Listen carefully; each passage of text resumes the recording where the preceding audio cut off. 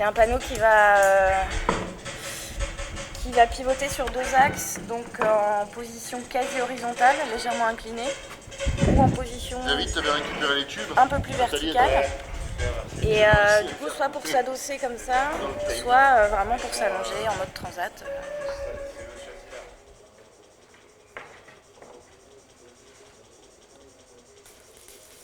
L'idée des portes qui pivotent est venue du concept qu'on a développé pour l'appel à perspective. Et donc c'est basé sur le concept que le repos, pour nous, ça se passe entre le sommeil et l'éveil. Alors entre le sommeil et l'éveil, il y a une palette de possibilités et de repos possibles. Et on a découvert aussi, à se rendre compte que le repos est différent pour chaque personne. Et même pour un individu, il est multiple aussi. Donc des fois c'est être au milieu de la nature, ou être isolé, ou être en groupe, ou en lecture, ou être juste en dehors du contexte de travail.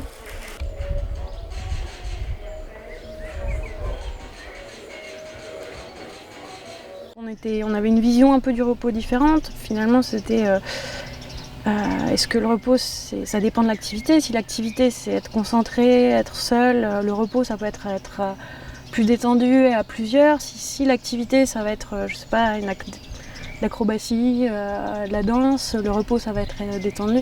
Donc en fait, tout dépendait un peu de l'activité. Donc on s'est dit, finalement, c'est attendre de savoir qui sont les usagers et répondre, mais être un peu sur ce côté de balancement de où est-ce qu'on met le gradient entre une activité, un repos, enfin le sommeil peut-être, et trouver ça. Et en fait, de fil en aiguille, on voulait quelque chose de réversible,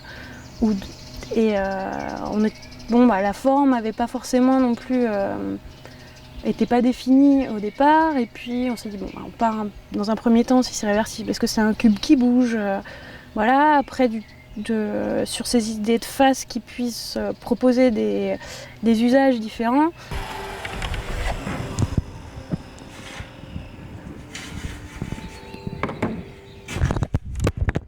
Vous appelez ça appel à perspective.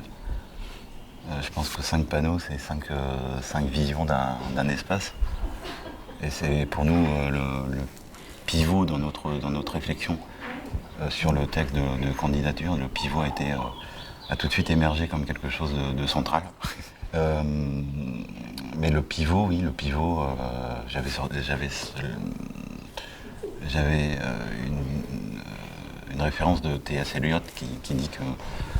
Alors, je ne sais pas mon anglais, donc je ne vais pas le faire en anglais, mais je vais faire la traduction. C'est une traduction de bonne foi. De bonne foi de Yves. C'était très mauvais comme jeu de mots. C'est le point repos. Le point repos d'un monde qui bouge.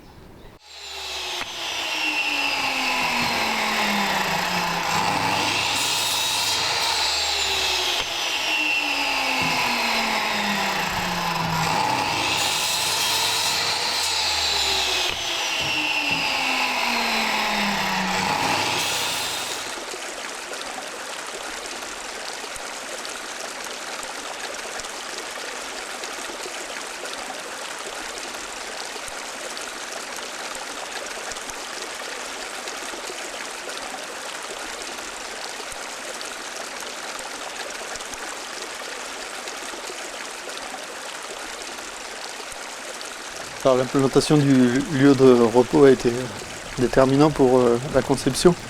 On a décidé déjà de se placer à l'arrière de la cour du Noir de Thizay. On s'est mis plus précisément à l'endroit où la Vilaine fait un coude.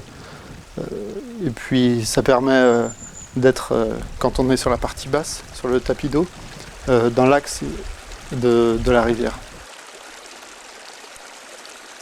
Il y a deux espaces qui communiquent visuellement. En bas, le tapis d'eau, en haut, le filet. Le filet, lui, offre l'orientation inverse. Sa pente allongée dans la pente permet de regarder l'architecture et la tour du manoir de Thizay. On a souhaité ne pas mettre de toit à cette installation pour à la fois profiter du regard qu'offre l'espace de repos vers soit la nature, soit l'architecture quand on est assis. Et puis quand on est allongé, c'est une contemplation vers le ciel. La question du repos, on a souhaité l'aborder sous le repos éveillé et le repos convivial. C'est plutôt l'espace d'après-travail, à la fois allongé. Les espaces sont très grands. Ce grand tapis est un tapis collectif pour regrouper des personnes. On peut très bien être allongé en plusieurs strates, côte à côte. C'est un moment pour prendre l'apéro ou pour contempler les espaces.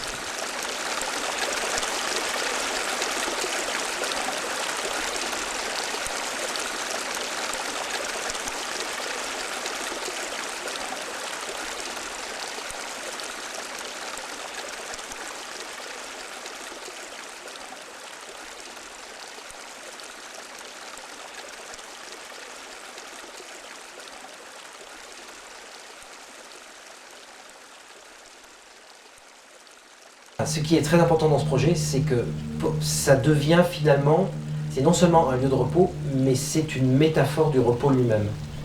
Alors dans le sens, enfin du repos du sommeil lui-même, dans le sens où le sommeil, c'est un état quand même dans lequel on passe une grande partie de sa vie et dans lequel on n'est pas vraiment en maîtrise et en conscience. C'est une espèce de disparition un peu de soi, d'absence. Et finalement, les deux états qu'on connaît du sommeil, c'est le fait d'entrer à l'intérieur. On se rappelle à peu près comment on s'est endormi, ou du moins jusqu'à un certain point, et on se rappelle comment on s'est réveillé, au moins à partir d'un certain point. Entre les deux, c'est un espace, alors totalement avec plein de possibles, et donc surtout pas de mur.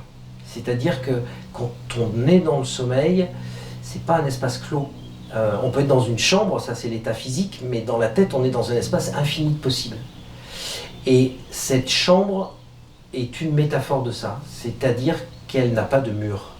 Même si on est fermé à l'intérieur, c'est clos, mais ça n'est que des portes, que des entrées-sorties. Ça c'est, bon voilà, je ne sais pas si cette dimension-là sera évidente à cerner pour tout le monde, mais en tout cas nous on sait qu'elle est là et c'est très important et ça génère une très belle histoire, enfin il me semble, par rapport à cette entrée et sortie dans la chambre, mais du coup dans le sommeil, c'est que comme le sommeil, on peut y entrer venant du jour et venant du paysage d'une direction, se retrouver à l'intérieur, fermer la porte, s'endormir, et quand on se réveille, sachant que toutes les portes à l'intérieur sont identiques, on peut ne pas savoir par où on est rentré, et du coup ressortir avec une autre vision et un autre chemin dans le paysage.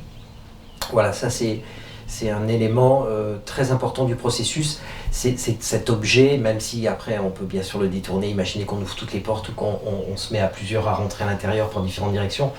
Bien sûr qu'on peut jouer, mais le véritable sens de ce projet, c'est celui-là. C'est un projet intime, c'est un projet comme toute œuvre d'ailleurs, comme toute pensée, et comme le sommeil, ça n'est une expérience qui ne peut être qu'individuelle. On ne partage pas le sommeil. On peut dormir avec quelqu'un, on ne partage pas le sommeil avec lui. Quand on est parti, on avait vraiment l'impression que cette pièce correspondait un peu à un ovni, une sorte de pièce extraterrestre qui avait été déposée dans cet endroit, quoi. Et je trouvais que la dimension in situ, elle était moins là. Parce que pour moi, la dimension in situ, c'est comment on va s'articuler la pièce autour du petit caillou, du rocher, du trou, de la petite flaque d'eau. Tiens, tel bout de bois, on va le mettre là parce que le terrain offre la possibilité de mettre le bout de bois à tel endroit et pas à tel endroit. Et que moi, j'étais un peu déçu en me disant « Ah, on a juste déposé ou déchargé une pièce comme ça dans la nature. » Et là, je trouve que ça marche.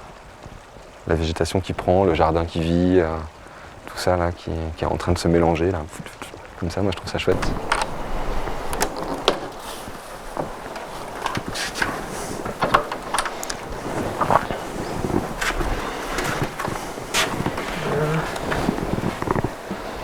J'aime bien cette odeur. l'intérieur. Un mélange de bois et de petite verdure. Ça a poussé, hein? Ouais, ça a bien poussé, hein, le petit jardin. Signe que notre petit système d'arrosage fonctionne. T'as compris à quoi servent les descentes en cuivre là? Tu peux m'expliquer? Ben, cette structure, en fait, ce qu'elle prélève d'eau au sol, on permet, grâce à ces petits tubes, de redistribuer l'eau sous la structure. Donc ça arrose le jardin. Si on n'avait pas ce système, en fait, ce serait tout sec et le jardin en dessous n'aurait pas accès à l'eau. Voilà. Donc là, c'est assez remarquable quand même. On a l'impression que ça profite plus qu'à l'extérieur. Si on compare en fait la croissance en fait de l'herbe, des végétaux, tout ça, on se rend compte qu'il y a ça bénéficie en plus de l'effet serre avec le plafond. Tu vois ce que je veux dire? Donc c'est assez marrant. Je trouve que c'est assez réussi cette histoire d'arrosage automatique. Ça fait vraiment ce truc, l'axe terre-ciel, avec le lit entre les deux, quoi. Et notre idée, c'était aussi, avant de partir, de semer quelques fleurs, quelques plantes. Et on n'a pas eu le temps, on n'y a pas pensé. Avant de partir, on était trop speed. Et dans l'idée, vraiment de créer un jardin, quoi.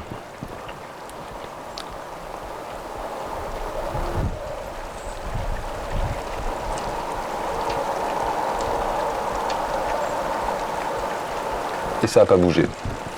Toute la mécanique des portes, j'ai tout testé, elle s'ouvre bien.